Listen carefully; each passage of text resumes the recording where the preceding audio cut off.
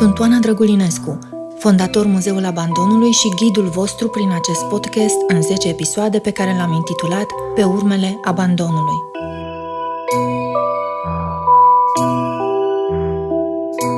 Am vorbit mult în episodul precedent despre ce înseamnă un muzeu NOR, adică un muzeu virtual construit pentru viitor. V-am povestit despre realitatea augmentată și ce înseamnă o experiență digitală și muzeală imersivă, așa cum este expoziția noastră de pe www.muzeulabandonului.ro. Am spus despre scanarea tridimensională a căminului Spital Sighet, clădirea emblemă a celor mai negre capitole ale instituționalizării copiilor din România. Vă spuneam cum am început să arhivăm digital în Muzeul Abandonului artefacte ale vieții în instituțiile de protecție din România și că la prima noastră întâlnire cu publicul, ce ne-a surprins cel mai mult a fost reacția copiilor. Cum era legală chestia asta? Nu gândisem expoziția pentru copii. Aveam teama că va fi prea mult pentru ei, prea greu să afle partea asta așa de întunecată a istoriei recente a României. Pe de altă parte știam că tocmai pentru ei construisem de fapt acest muzeu și că în ei ne puneam speranța că România de mâine va fi mai inclusivă, mai responsabilă, mai empatică. Copiii și adolescenții veniți la evenimentele fizice ale muzeului ne-au întrebat: noi de ce nu învățăm despre asta la școală? Așa că acest episod le este dedicat, iar Muzeul Abandonului a devenit spațiul lor de joacă.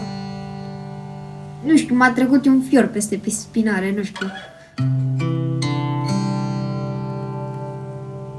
Când intru în muzeu, primul lucru care mă amintesc este când intru într-un cer de la roșu în care te duce într-o cameră care arată exact realitatea. Știu care era pe o tabliță scris ceva urât și mai era A plus A inimă frântă. Nu știu ce e aia. Cred că s-a certat cu cineva și... Ce simt în Muzeul Abandonului generațiile născute la mulți ani după închiderea caselor de copii și căminelor spital? Ce nu înțeleg? Ce ar vrea să știe? Cum mai puteau să stea acolo? Da, cum suportau.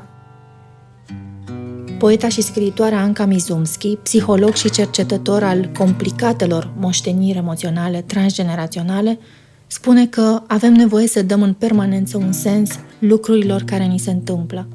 Dar e extrem de dificil să dai un sens atrocităților.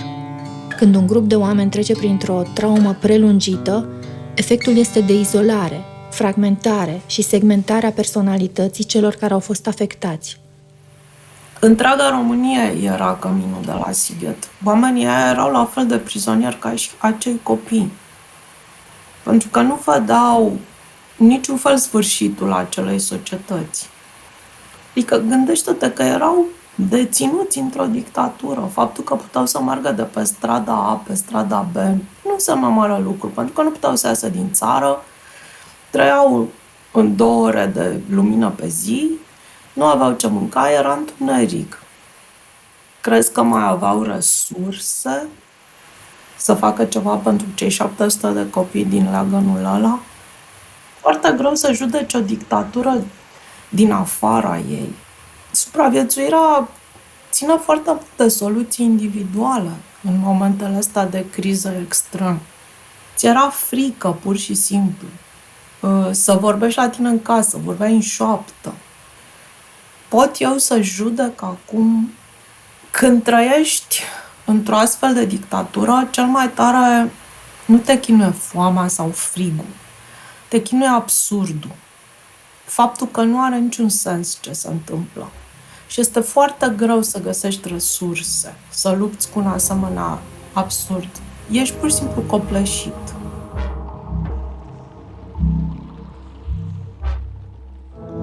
În lipsa înțelegerii, recunoașterii și vindecării colective, grupul transmite această traumă generațiilor următoare, ea devenind o parte fundamentală din identitatea lor, deși nu i-au fost martori. Tinerii și copiii care explorează astăzi Muzeul Abandonului nu fac parte în mod direct din narațiunea acestei suferințe produse în instituțiile de protecție din România.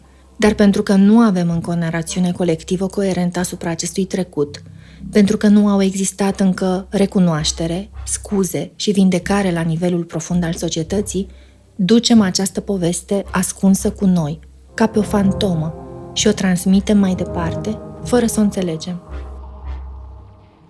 Uiți trauma colectivă, dar nu uitând-o pur și simplu, ci creând respect pentru ea, creând un monument. Da, ideea era de ce să depășești trauma colectivă, pentru că dacă nu depășești, o dai mai departe copiilor și nepoților tăi și eu pledam să avem închiderea procesului.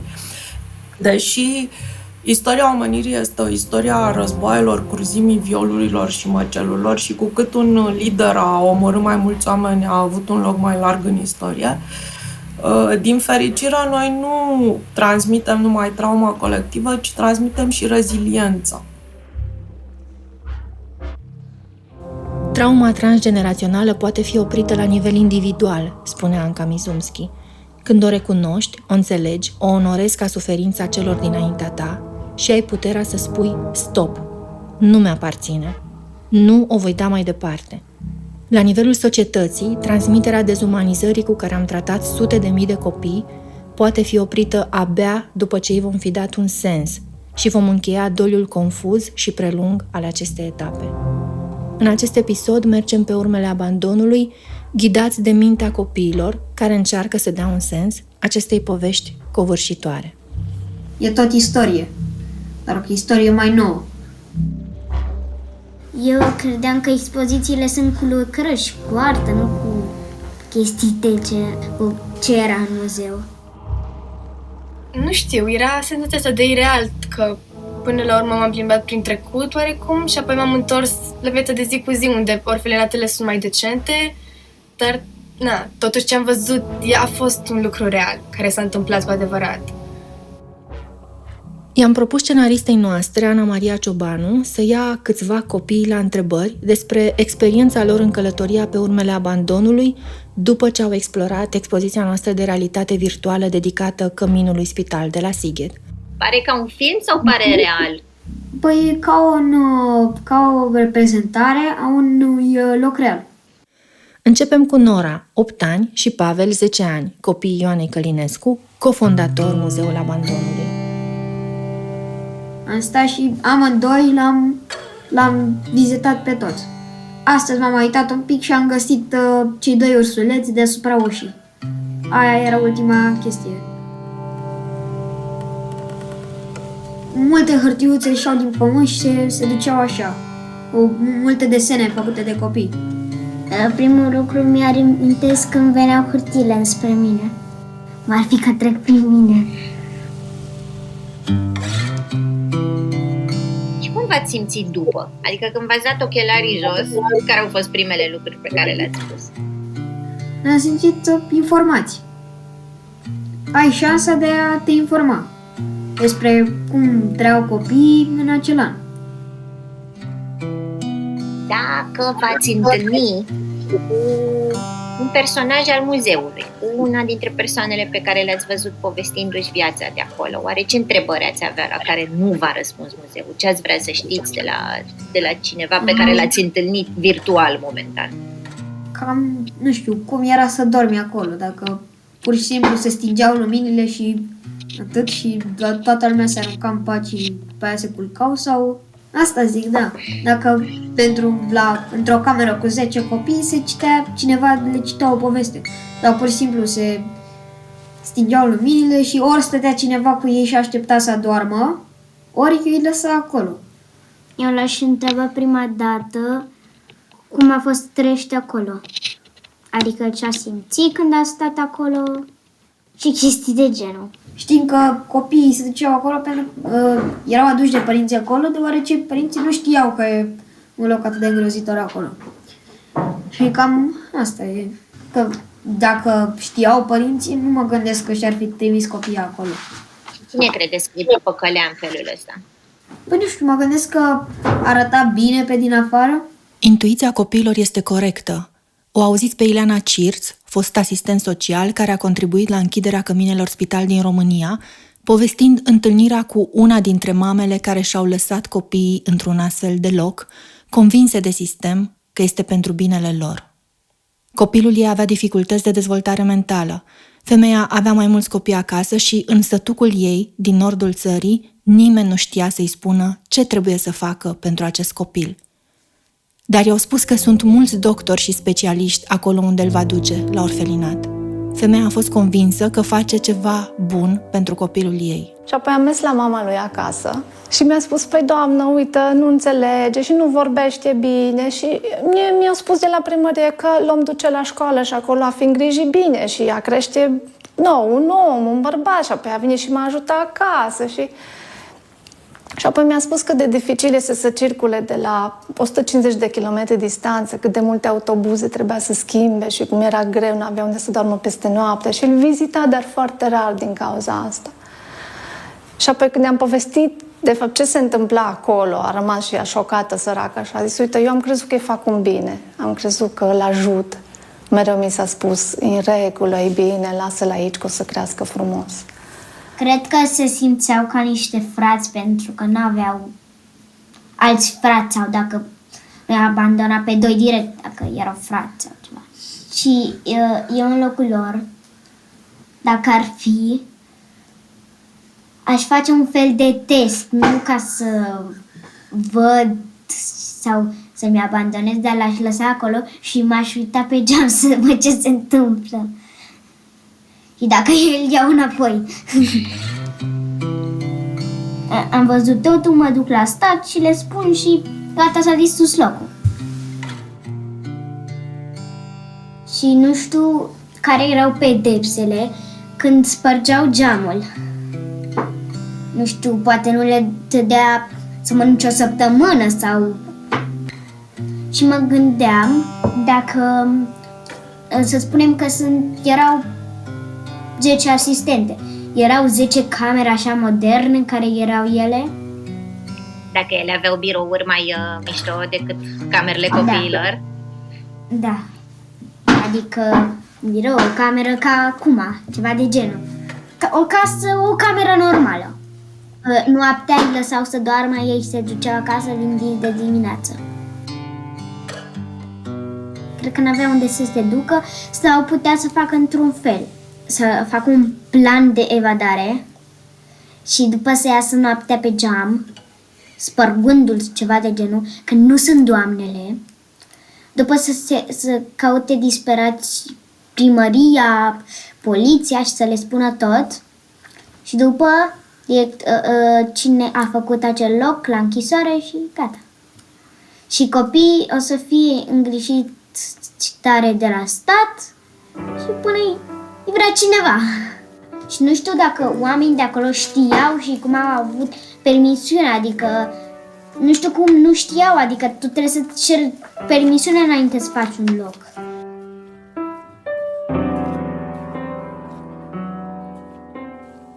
Nu poți egala fervoarea curiozității unui copil. Nora și Pavel au vrut să știe totul. Am primit o avalanșă de întrebări despre cum erau organizate dormitoarele, cum dormeau copiii, câte paturi erau într-o singură încăpere, cum se hrenau bebelușii și tot așa. Sigur că răspunsurile diferă în funcție de tipul instituției, dar ce știm de la Simina Bădică, consultantul muzeului și cercetător al istoriei comunismului, este că în leagăne, adică în instituțiile pentru copii între 0 și 3 ani, neglijența și lipsurile structurale ale sistemului erau uneori atât de mari încât ajungeau să producă procentaje uriașe de dizabilitate în rândul copiilor. Lucrurile începeau dinainte ca ei să fie declarații recuperabile, adică aș duce povestea puțin mai înapoi. Înainte de acest moment existau leagănele de copii, care erau instituția care îi avea în grijă între 0 și 3 ani. Dar ce se întâmpla în aceste leagăne, am constatat și există studii foarte interesante și șocante, este că practic aceste leagăne și întregul sistem erau producătoare de dizabilitate. Datele cercetătoarei Maria Roth despre leagănul de copil din Cluj ne arată că practic în 1989 doar 7% din copiii din acest leagăn de copii erau considerați normali. Deci urmau să fie trimiși către case de copii, să fie educați. Restul erau etichetați cu diferite grade de dizabilitate, dintre care dizabilitate severă, decii recuperabili, deci cămin spital pentru copii recuperabili, erau 44%. Este enorm pentru, repet, un leagăn de copii în care erau trimiși toți copiii în această situație de abandon. Și concluzia ei și a noastră este că practic sistemul era cel producător de dizabilitate, pentru că toate lucrurile despre care ai vorbit tu, lipsa de atenție, de stimulare, se întâmpla și în leagănele de copii, din cauza numărului mare de copii, din cauza, până la urmă, a instituționalizării în sine, care este unul din cele mai nepotrivite feluri de a crește un copil. Și atunci, la 3 ani, când venea doctorul, psihologul, specialistul cu listuța lui de lucruri pe care un copil de 3 ani ar trebui să le facă, să vorbească atâtea cuvinte, să alerge nu știu cum, să știe culorile, să așa. Vă dați seama că astea erau lucruri suprarealiste pentru niște copii crescuți într-un leagăn cu o interacțiune umană minimă, cu sistem abrutizant și așa, și evident că picau testul pe capete unii după alții. Repet, 7% reușeau să treacă de această liniuță magică a normalității. Aducem azi din inimi de copii, din gând curaj și dragoste de fi, mulțumire adâncă și fierbinte tovarășului Nicolae Ceaușescu, scump părinte! Ideea că poți să denumești o categorie de copii irecuperabil, mie mi se pare că spune totul și despre natura acestui regim și despre... Este un termen care mie mi se pare că vine din domeniul reciclării, adică ce înseamnă recuperabil, cum adică recuperabil și irecuperabil, și existau și parțial recuperabil. Deci ăștia să devină niște termeni care să diferențieze copiii între ei și să ai instituții dedicate unor copii recuperabili în care se întâmplă ce? Că am văzut ce se întâmplă, adică uneori cuvintele spun foarte multe și oricât se încerca să se ascundă această realitate, ai acest cuvânt acolo și e totul acolo.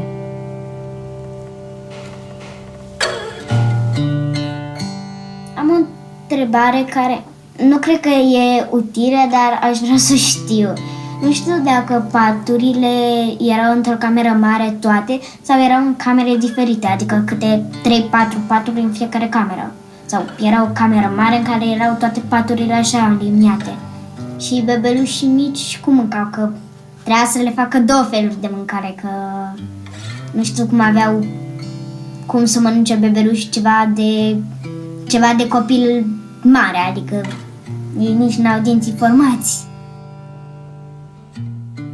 Revenind la Nora și Pavel și la năstrușnicele lor întrebări, una dintre ele sună așa: oare le citea cineva o poveste copiilor la culcare?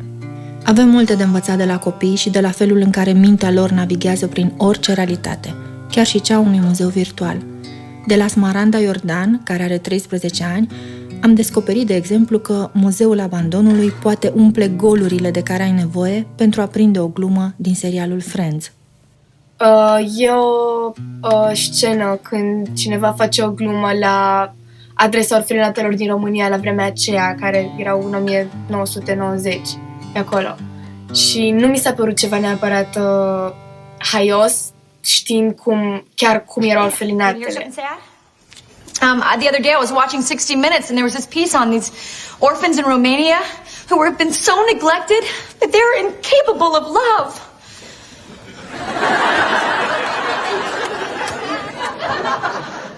Ok, eu sunt Smaranda Iordan, am 13 ani și mă bucur să fiu aici și mă bucur că am avut parte de acea experiență cu Muzeul Abandonului în VR. Și, nu știu, îmi place să desenez și să citesc foarte mult și cam asta e tot. A fost prima dată când mi-am pus ochelarii de VR și a fost foarte interesant, chiar mi-a plăcut experiența. Cum te simțeai în timp ce navigai prin toate lucrurile astea? Care era senzația pe care o aveai după ce ai văzut despre ce e vorba și cam cât de dark e? Nu știu, e un pic ceva, dar nu știu, mi-era frică pentru că aveam impresia că chiar sunt în locul unde s-a întâmplat, pentru că erau și filmulețe cum arăta când l-au găsit, cu toate hainele, toate obiectele aruncate și era chestia asta constantă de stăteam ca pe ghimpi să fiu atentă la orice. Nu știam neapărat despre acum 20-30 de ani. Știam că orfelinatele nu sunt cel mai bun loc de pe pământ, chiar și în zilele noastre. Îți închipuiai că a fost atât de mare numărul, adică că aveam 100.000 de copii în astfel de locuri? Nu. Mă așteptam la 700-800 maxim, cam atâția sunt în școala mea și sunt destui, adică... Care ar fi niște detalii care au rămas cu tine? Adică niște lucruri pe care le-ai văzut sau auzit și crezi că sigur nu o să le uiți, au rămas așa acolo? Păi, câinele acela, cred că îl chema Timmy, el mi-a rămas. Deci câinele pe care îl lipiseră de perete ca să nu ajungă copiii să nu-l strice și cum puneau jucăriile sus, la 3,5 metri, cred că era, ca să se uite copiii la ele, dar fără să le atingă, pentru că n-aveau destule jucării câți copii erau acolo. Asta și că povestea bunica aceea că a adoptat un copil și că îl întreba seara ce sunt aia și arăta ce e luna. Și ea îi spunea, uite, alea sunt luna, alea sunt stelele, pentru că ei nu văzuseră cerul noaptea. O auzim pe doamna Popniță, o femeie care a avut curajul să treacă pragul căminului Spital Sighet, să se confrunte cu oroarea de acolo și să ia în îngrijire un copil care în acel moment era într-o stare dramatică. Când l-am luat, era mic și dormea cu mine în pat și aveam un geam lângă canapea. Și se uita afară noaptea și vedea luna. Mami, ce e aia? Luna.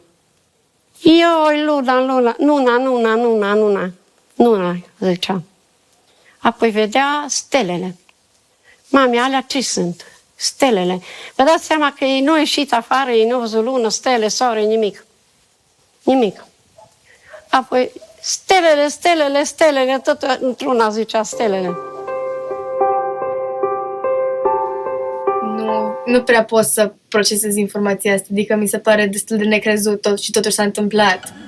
Foarte nașpa, adică alea nu sunt condiții de trăit până la urmă.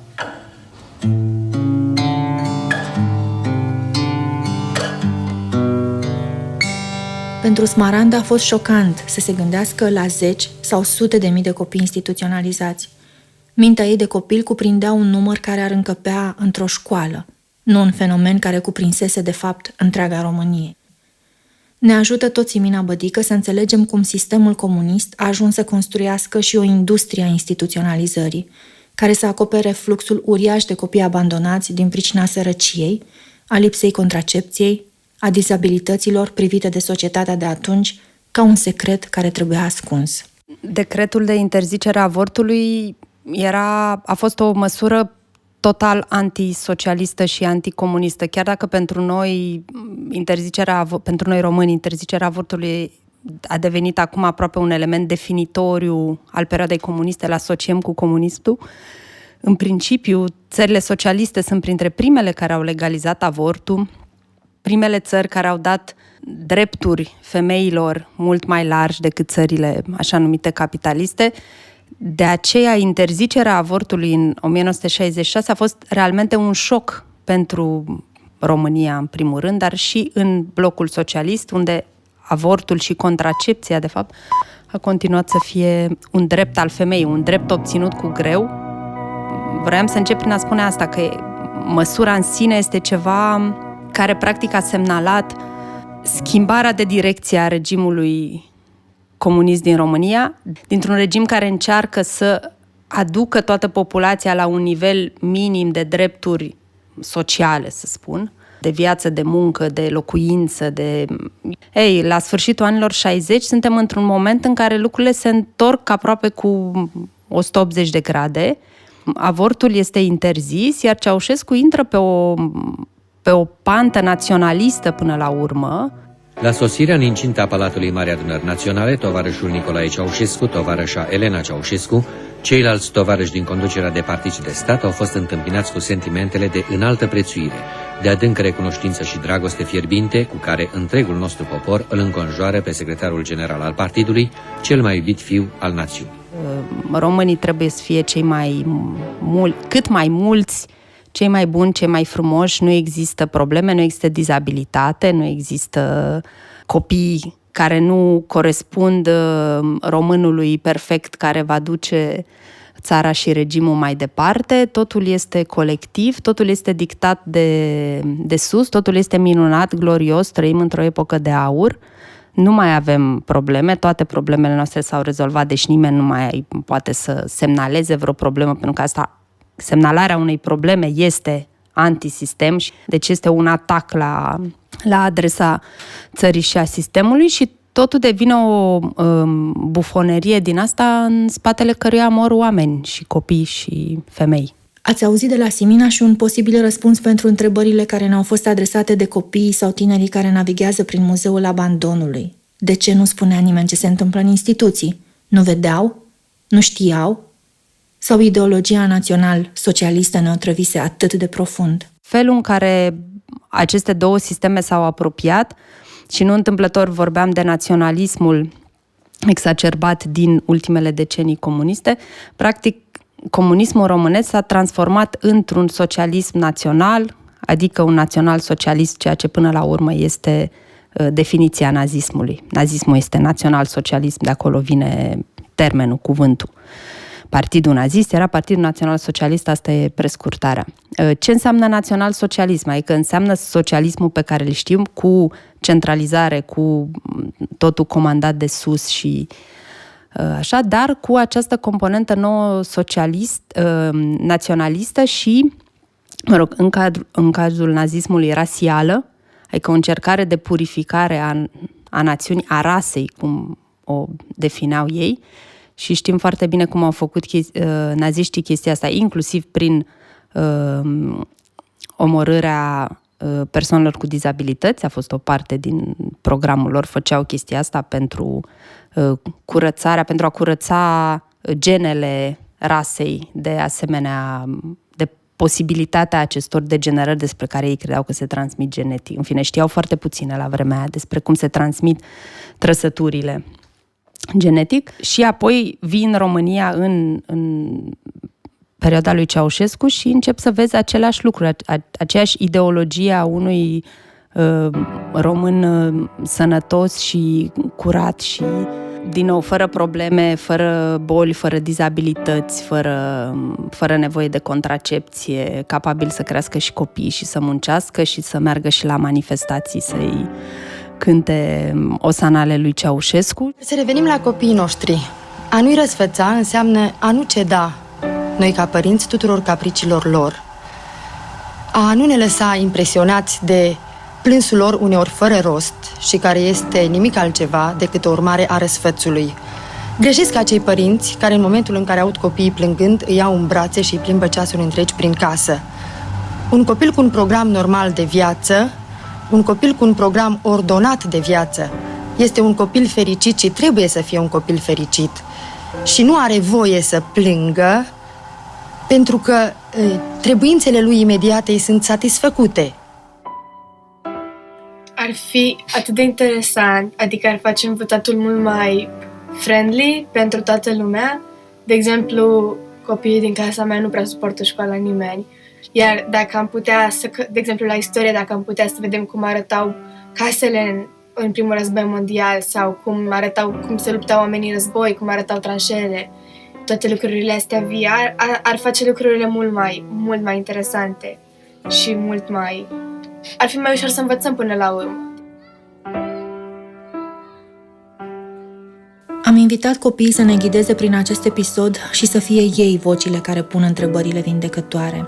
Este o expresie împrumutată tot de la scriitoarea Anca Mizumski. Unul dintre capitolele cărții sale, Țara mea suspendată, se numește Cel care pune întrebări vindecătoare.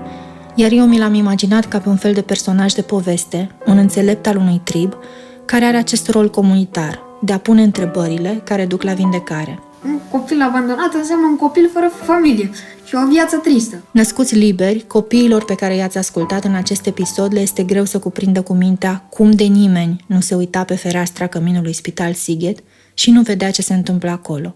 Cum de nu au evadat copiii și nu au cerut ajutorul. Cum de era legal așa un abuz. Vindecarea colectivă vine din a nu uita capitolele dureroase și rușinoase ale istoriei noastre și a ne asigura că ele sunt cunoscute și înțelese inclusiv de către cei care nu i-au fost contemporani, sau poate mai ales de ei. Muzeul Abandonului este doar un nor de puncte digitale, dar avantajul unui astfel de muzeu în nori este că el poate fi vizitat de oriunde, oricând, și se îmbogățește constant, uneori cu opinii ale cercetătorilor, alteori cu ale donatorilor, cu povești de abandon sau, iată, cu opiniile copiilor pentru care, din fericire, abandonul este doar un concept abstract.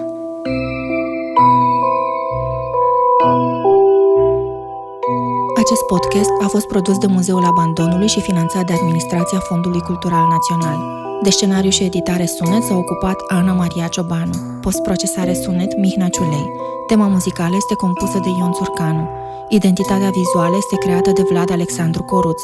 Manager de proiect Iulia Țurcanu. Partener media Radio România Cultural, Rador, Gala Societății Civile, IQ Ads, Scena 9, Zile și Nopți, iCool, Spot Media.